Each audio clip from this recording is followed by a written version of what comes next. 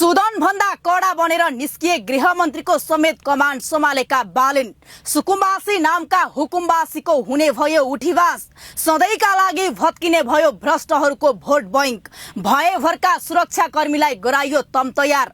बालेन कुनै पनि हालतमा ब्याक नहुने सुरक्षा प्रमुखलाई दिए अहिलेसम्मकै कडा निर्देशन। काठमाडौँका खोला किनारामा ठडिएका करोडौंका महलहरू के साँच्चै गरिबका हुन् कि राजनीतिक संरक्षण पाएका हुकुमबासीका? याद छ नि थापाथलीको त्यो दिन जब महानगरको डोजरलाई ढुङ्गा मुडाएर घरेलु हतियारले सडकमै लखेटिएको थियो। त्यति बेला बालेन शाह केवल एउटा मेयर थिए, तर आज कथा फेरिएको छ।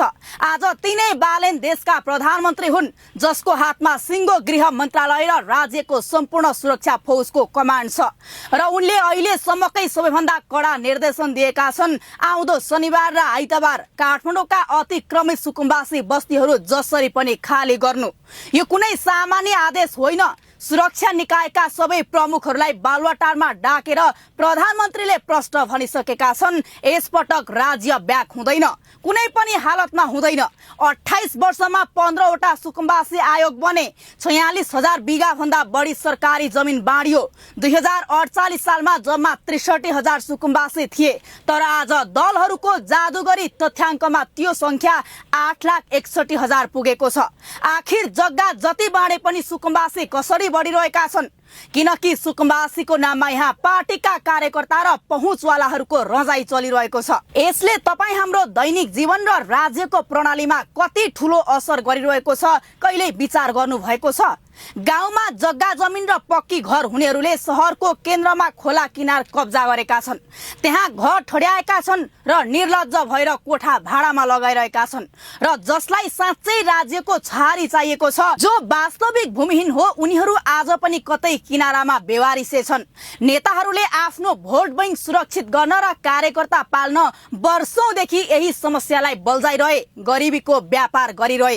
तर सबैभन्दा ठूलो प्रश्न के हो भने के सुकुम्बासी हुनु भनेको सहरको केन्द्रमै करोडौंको जग्गा सित्तैमा पाउनुपर्छ भन्ने हो? पूर्व मन्त्रीदेखि ठूला नेताहरूसम्मले जसको स्याङ्जा र गुल्मीमा अथाह सम्पत्ति छ, उनीहरूले नै झुटो दावी गरेर सुकुम्बासीको नाममा जग्गा हडपेको इतिहास हाम्रै सामुन्ने छ। हिजो थापाथलीमा डोजर चल्दा मानव अधिकारको दुहाई दिनेहरू त्यही बेला उदाङ्गिएका थिए, जब उनीहरूको लगानी बिनाको अकुत सम्पत्ति गुम्ने डर पलाएको थियो। सुकुम्बासी हुनु बाध्यता हो, रहर होइन। तर यहाँ त पाउँदा खानुपर्छ भन्ने रोगले सिङ्गो समाजलाई नै ग्रसित बनाएको छ। अब अवस्था चरम बिन्दुमा पुगेको छ। एकातिर वर्षौंदेखि जरा गाडेर बसेको राजनीतिक भोट बैंक र जग्गा दलालहरूको गिरोह छ, जसले फेरि पनि संगठित प्रतिकार गर्ने तयारी गरिरहेको हुन सक्छ। अर्कोतिर एक्सनमा उत्रिएका प्रधानमन्त्री बालेन र तम तयार अवस्थामा रहेको राज्यको सम्पूर्ण सुरक्षा फौज छ। यसपटक न कुनै आयोगको बहानाबाजी चल्नेछ, न त कुनै नेताको फोन। यो भिडन्त केवल एउटा बस्ती हटाउने मात्र होइन, यो त राज्य ठग्ने उद्योग चलाइरहेका छालीमारा वर्ग र कानुनी राज्य बीचको आम्ने सामने हो। यो कदमले नेपालको आगामी भविष्य र सुशासनको दिशा तय गर्नेछ। यदि बालेन यसपटक सफल भए भने नेपालको राजनीतिबाट एउटा पुरानो कुहिएको र भ्रष्ट भोट बैंक सधैँका लागि भत्किनेछ। वास्तविक भूमिहीनले न्याय पाउने बाटो खुल्नेछ भने पहुँचको भरमा राज्य लुट्नेहरूको उठीवास लाग्नेछ। काठमाडौँबाट सुरु हुने यो सफाई अभियानले देशैभरि एउटा कडा सन्देश दिनेछ, राज्य भन्दा माथि कोही छैन। डोजरको इन्जिन स्टार्ट भइसकेको छ, सुरक्षा फौज तैनात छन्। के 30 वर्षदेखिको यो राजनीतिक सिन्डिकेट यसपालि जरैदेखि उखेलिएला?